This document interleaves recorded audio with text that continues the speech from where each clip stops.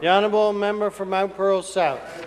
Thank you, Mr. Speaker, and certainly it's a pleasure for me to stand here in this honourable House today and speak to the budget. Mr. Speaker, I had a lot of points I wanted to make about the budget, and but I'm going to have two more opportunities to focus on the budget overall over the upcoming weeks. I'll have two more 20-minute opportunities, so I'm going to concentrate now on a topic which is certainly a very hot topic, certainly a very important topic to me, certainly is a very important topic to the students of Mount Pearl, certainly is a very important topic to the parents of Mount Pearl, certainly is a very important topic to the teachers and staff within the City of Mount Pearl.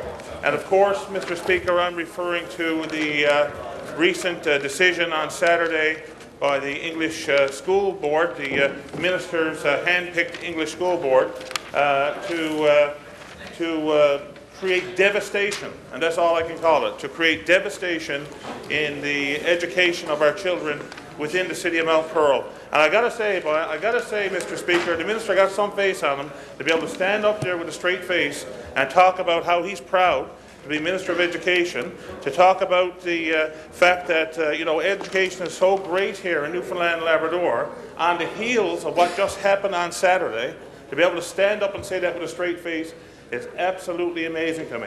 And the minister made mention of the fact, that I'm being aggressive and so on. And I'll tell you what, Mr. Speaker, I make no apologies. I make no apologies for being, you can call it aggressive, you can call it assertive, you can call it what you want. I call it standing up for the people of Mount Pearl and the students of Mount Pearl and the teachers of Mount Pearl, and I make no apologies for doing that and calling it as I see it and calling out the Minister on this failed strategy in the City of Mount Pearl. I make no apologies for it whatsoever, Mr. Speaker. Now, Mr. Speaker, I hear Mr. Speaker, we're hearing the chirping already from the member from Cape St. Francis, and he'll have his opportunity to speak. I never interrupted when they were speaking, so I would ask for the same courtesy, Mr. Speaker. Anyway, Mr. Speaker, as I was saying, and it's interesting because this issue has been ongoing. This issue has been ongoing now for quite some time, and I hope the people of Mount Pearl, I really hope the people of Mount Pearl, and I know there's a lot of them listening, watching, because I know for a fact there are, I hope they're listening to the disrespect being shown right now, not just to me, but to them, by this government that's supposed to be open and accountable, supposed to be listening to the people, and that's what you call listening.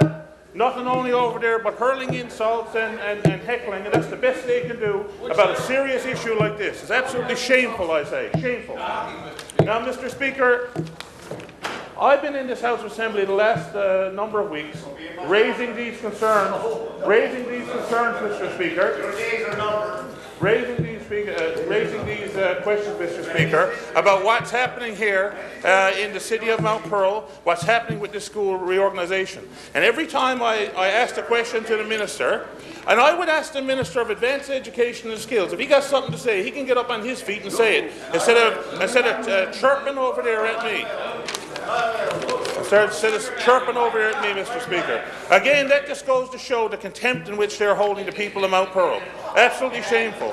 Anyways, Mr. Speaker, as I said, Mr. Speaker, I've asked questions about providing financial flexibility to the board, to the English School District, to be able to come up with more suitable solutions for the Mount Pearl reorganisation. And every time, Mr. Speaker, that I raised those issues, all I could get from the Minister of Education, which he went on the same thing here again today, talking about, well, since 2003 we increased budget to 48%.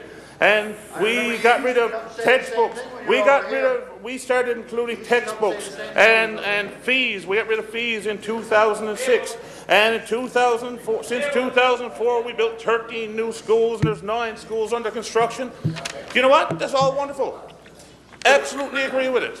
Wonderful. Great job. I'm glad you did something since 2003. Thank you very much. That's not solving the issue in Mount Pearl today. It's not solving the issue in Mount Pearl today. Now, Mr. Speaker, this problem with the Mount Pearl school system, and it's very important to point this out, this never happened overnight. This problem never happened overnight. I know when I was first elected 2.5 years ago, myself and other members, other colleagues, were meeting with for example, the St. Peter's Elementary School Council.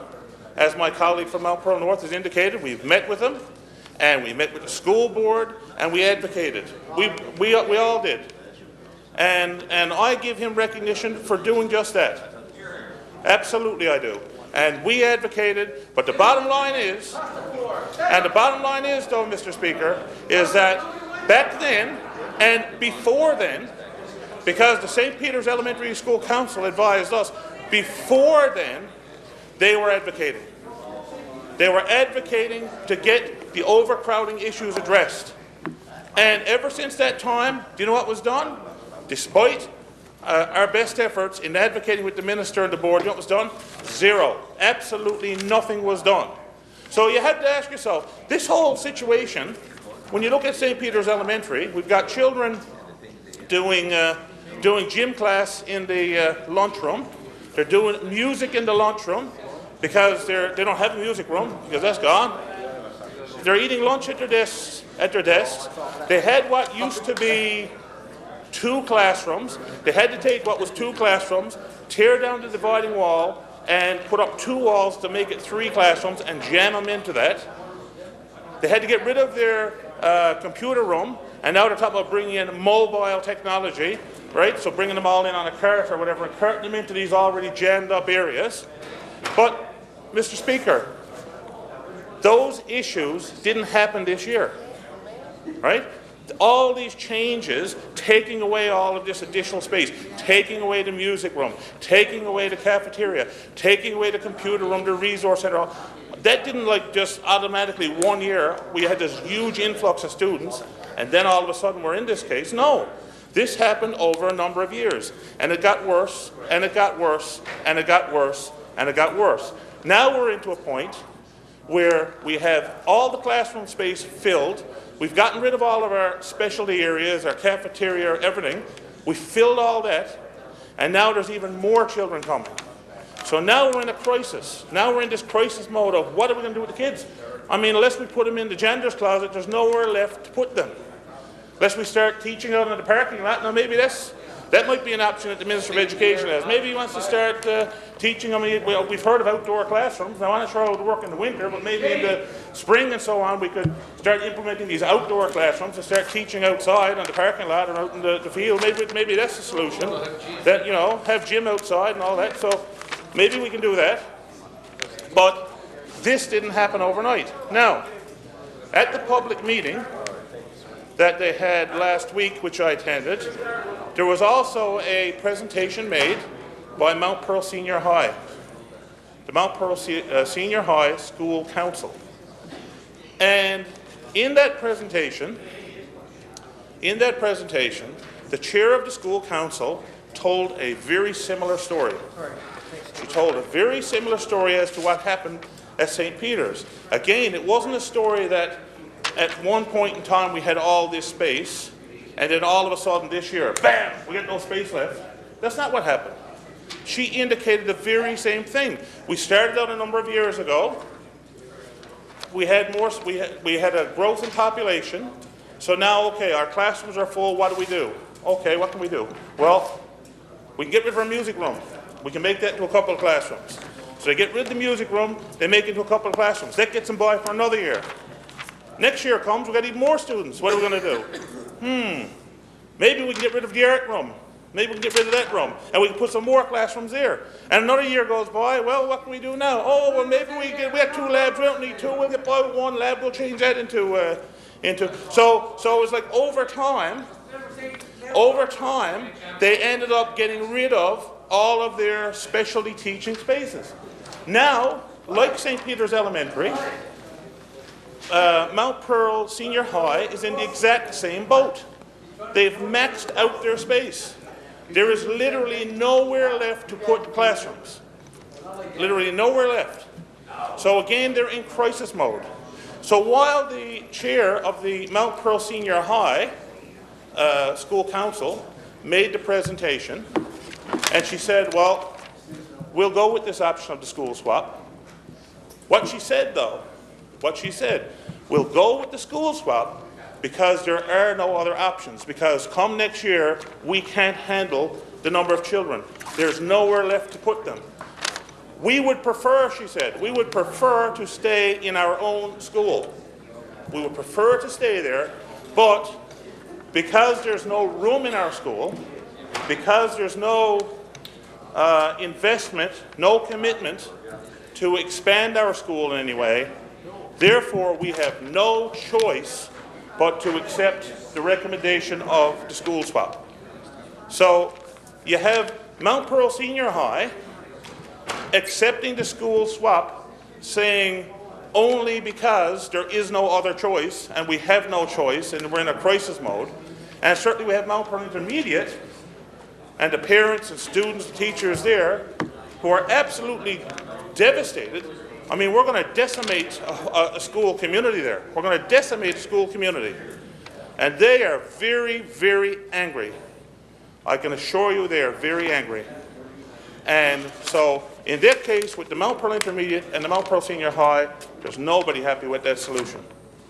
Now, over on the St. Peter's Elementary side, as I said, this went on and on and on and on, and because of total inaction by the Minister of Education over the years, it got worse and worse and worse and worse. Now we're into crisis mode.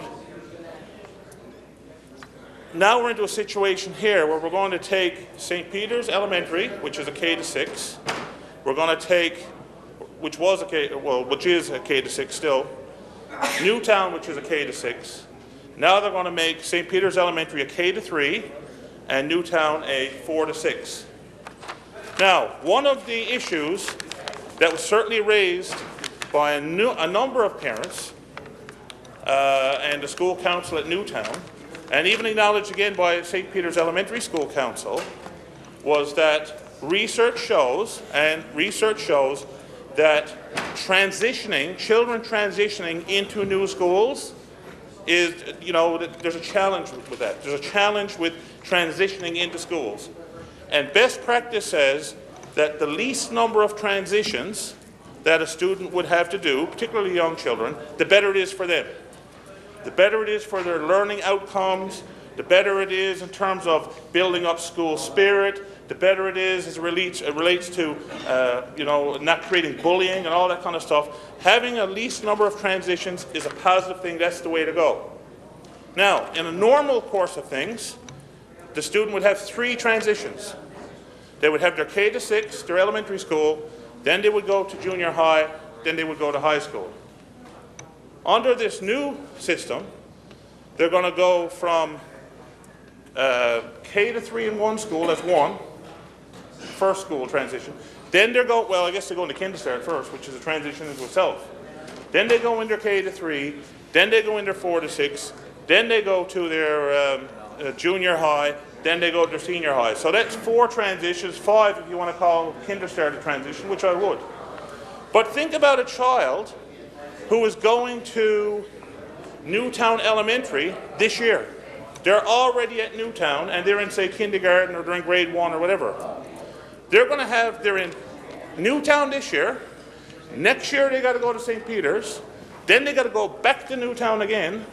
Then they got to go to junior high, and then they got to go to senior high. So that's 5 transitions for that particular child, not counting the kid, right?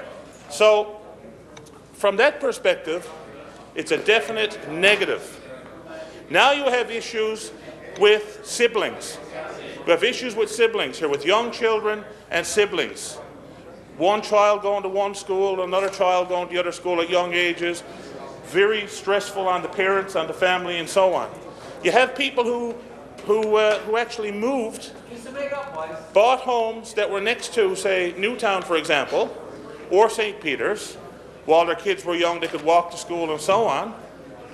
Now they're going to be out of distance for walking, especially young kids, and there's no busing because it's within the 1.6. So that causes another whole set of challenges for parents. Also, when we had a K-6 system, you had what they call the buddy system, if you will. The older kids, say the grade 5s and 6s, could be prefects. Then you also had a mentoring program, a buddy system, where the older kids would read to the younger kids and all that kind of stuff, take them under their wing. That was a very valuable program. That's going to be lost.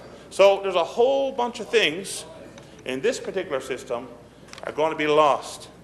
And again, both of these situations at St. Peter's Elementary and Newtown on the one hand, Mount Pearl Senior High, Mount Pearl Intermediate on the other hand, both of these situations could have been avoided had the Minister of Education done his job a number of years ago, and the minute that they started seeing classrooms disappearing, music rooms disappearing, kids doing gym class in the lunchroom, at that point in time a little red light should have came on and said, hold on now, we got an issue. Maybe we need to take action before this reaches crisis proportion. Did that happen? No, it didn't happen. It got ignored, and now a solution is being rammed down the throats of the parents of Mount Pearl and Paradise, their children, the teachers, by this minister, by this government. And it is absolutely shameful. That's what it is. It's absolutely shameful. Now, Mr. Speaker,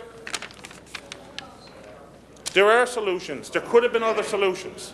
There could have been capital solutions to this problem. Granted, they should have been implemented a number of years ago, but there still could have been capital solutions.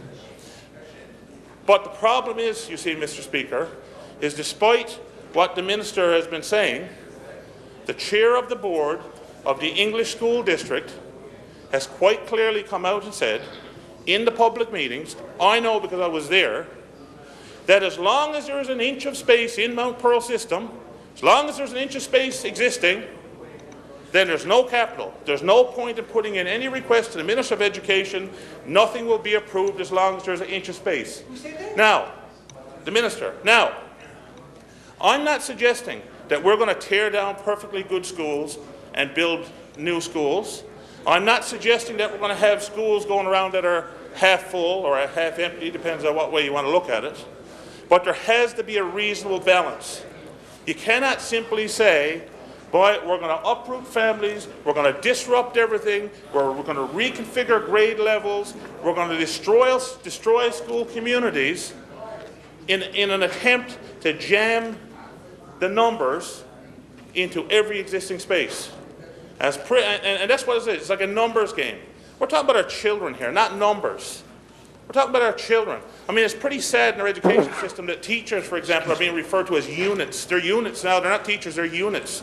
And you can have a full unit or a half unit or 2/10 of a unit, and now we're going to demean ourselves. We're going to get down to that students. Now students are going to be units instead of children, and we're going to start jamming them into every little space that's available. And to heck with the education, to heck what's in their best interest, to heck with the issues that the teachers have, their siblings have, their parents have. Just ram them on in there.